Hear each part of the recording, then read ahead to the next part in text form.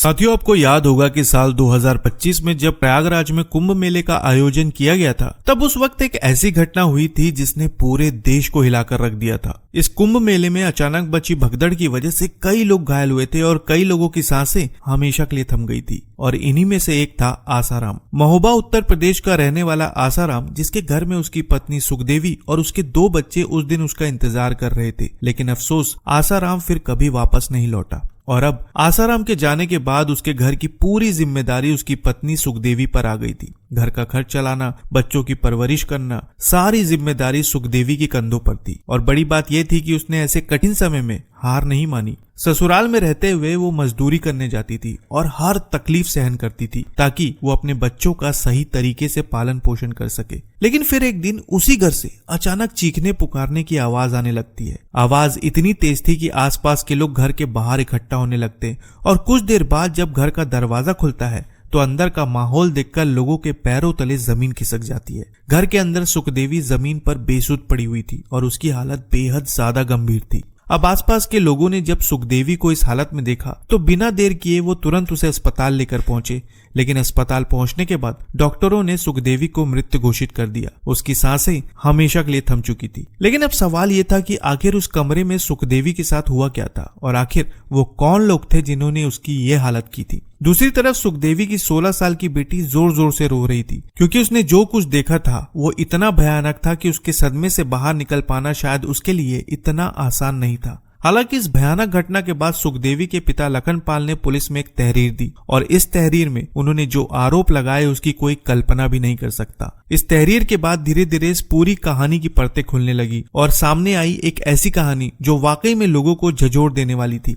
Media खबरों के मुताबिक ये बात सामने आई कि सुखदेवी और आसाराम की शादी कई साल पहले हुई थी। शादी के बाद आसाराम और सुखदेवी का शादीशुदा जीवन बड़े आराम से कट रहा था। फिर वक्त के साथ इनके 2 बच्चे हुए और देखा जाए तो अब इनका एक हंसता खेलता परिवार था। लेकिन फिर आता है साल 2025 का वो वक्त जब सब कुछ बदल गया। कुंभ मेले में भगदड़ की वजह से आसाराम की जान चली गई और ये घटना सुखदेवी के लिए किसी सदमे से कम नहीं थी। पति के जाने के बाद उसके सामने जो सबसे बड़ी चुनौती थी वो थी बच्चों की परवरिश, और इसके लिए उसने कड़ी मेहनत करनी शुरू कर दी।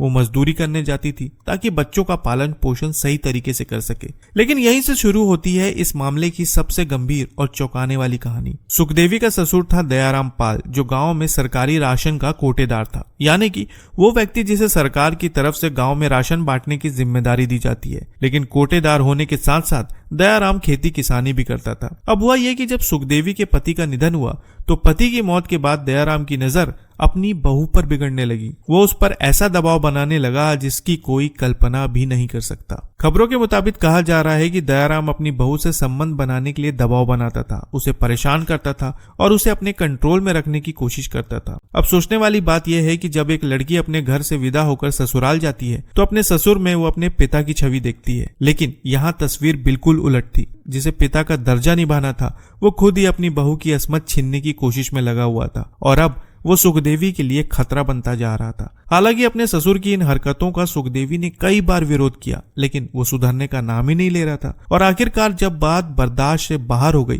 तब सुखदेवी ने अपनी माँ और रिश्तेदारों को इस बारे में बताया। इस बात को सुनकर घर वाले भी बहुत ज्यादा हैरान थे। लेकिन फिर मायके वाले इकट्ठा हुए और गाँव में पंचायत कराई गई। हैरानी की बात यह है कि पंचायत होने के बाद भी दयाराम की हरकतों में कोई बदलाव नहीं आया और अब उसकी घिनौनी हरकतें दिन ब दिन बढ़ती जा रही थी। वो अपनी बहू सुखदेवी को मजदूरी करने से रोकता था, कहता था कि कहीं जाने की जरूरत नहीं है, मैं पैसे दूंगा। लेकिन हकीकत ये थी कि वो ना ही पैसे देता था और ना ही घर का खर्चा उठाता था। इसी वजह से सुखदेवी को मजबूरी में मजदूरी करनी पड़ती थी, क्योंकि उसे अपने बच्चों की चिंता थी। धीरे धीरे दयाराम की हरकतें बढ़ती जा रही थी और अब इस बात को लेकर घर में तनाव भी बढ़ता जा रहा था। लेकिन फिर आता है वो दिन जब दयाराम की इन हरकतों ने एक बड़ी घटना को अंजाम दे दिया। खबरों की माने तो 19 मार्च 2026 को इसी बात को लेकर घर में विवाद हुआ। कहा जा रहा है कि उस दिन दयाराम ने सुखदेवी को जबरन पकड़ने की कोशिश की, लेकिन जब उसने इसका विरोध किया तो ये विरोध विवाद में बदल गया। बताया जा रहा है कि इसके बाद गुस्से में आकर दयाराम ने लोहे की छड़ उठाई और अचानक सुखदेवी पर हमला करना शुरू कर दिया। इसके अलावा ये भी आरोप लगाए गए हैं कि घर में उस वक्त दयाराम का बड़ा बेटा कीरत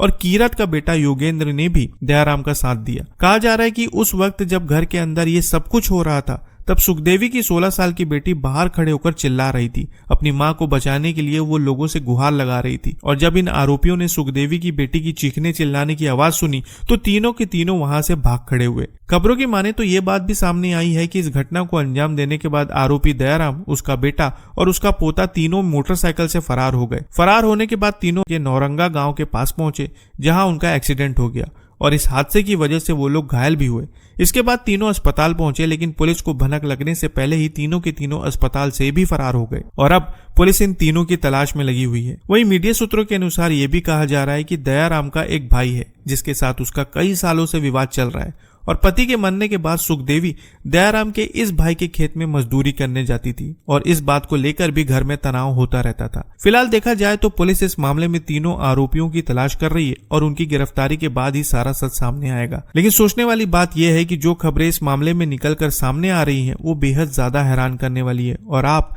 इस पूरी घटना के बारे में क्या सोचते हैं, क्या कहना चाहते हैं, कमेंट में जरूर बताएं। तो फिर मिलेंगे साथियों बिल्कुल एक और नई क्राइम स्टोरी के साथ। तब तक के लिए आपका बहुत बहुत धन्यवाद।